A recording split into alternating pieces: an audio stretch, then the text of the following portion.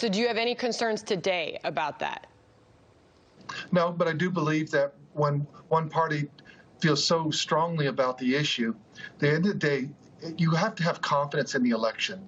So one side says one thing, the other side says the other thing, then perhaps you modify this and you do away with that, and you eventually want to make sure that everyone has confidence. There's been so many dispersions and false ruminations and disinformation that's been going on that it's really hurt voter confidence in this election. That's why President Trump had to come down here and undo the damage that he already had started. He had people that supported him telling people not to come out to vote. No, we need people to come out to vote. It's very important. I got that. So, I mean, it would sound to the casual observer that you're getting very political in nature and what appears to be an attack on the president.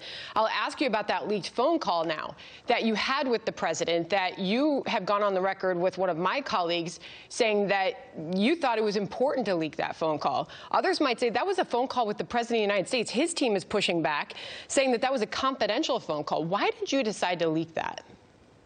Well, it wasn't a confidential conversation.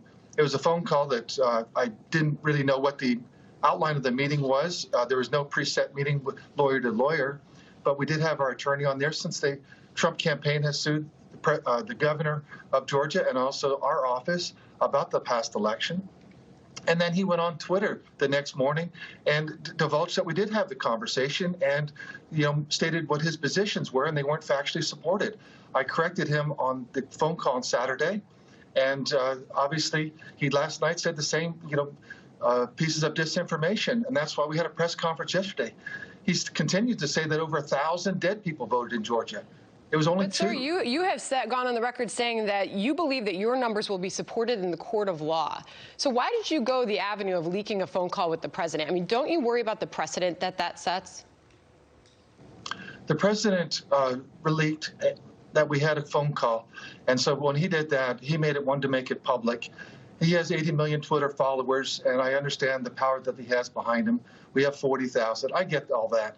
But he's continued to be misled, or he doesn't want to believe the facts. But the question is, why not let it play out in court? Why not let it play out in court? Why put into jeopardy, our country by leaking a phone call of that nature and not just let your numbers and your facts play out in the court of law? I don't understand how truth would ever jeopardize the country. If we're standing on the facts, we're standing on the truth.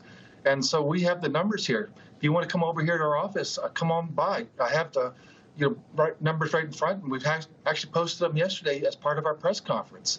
And they'll be part of our filings for the lawsuits. So what is your final message to the American people as we watch these 2 elections today and the fairness of this election? I mean, we're talking about you're putting a lot of weight on the absentee voting that is going to take place, has yet to come in. You're going to wait to see and watch that. Can you assure the American people that this is going to be a safe, secure, and dependable election that we are about to see, or is it set up in a way that it's going to be questioned afterwards? I can assure you that it'll be a fair and honest election, that it'll be safe and it'll be dependable. And that's what we had in November. But we had someone that didn't get the number of votes that they wanted in Georgia, and then they disparaged our voting system. Our voting system is safe, it's reliable, and you'll see that today. In fact, right now, we really have just a couple precincts in 2 areas that started a little bit late this morning, but lines are moving. Okay. We don't have long lines. Well, hopefully we'll have a great turnout today, and hopefully people will be pleased with the results, and they'll have confidence in the result, no matter how it turns out. As a Republican, I hope our senators win.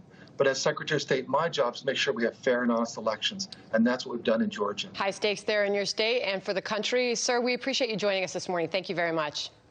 Thank you. All right, our live coverage of the all-important Georgia races continues with Congressman Jody Hice and Andy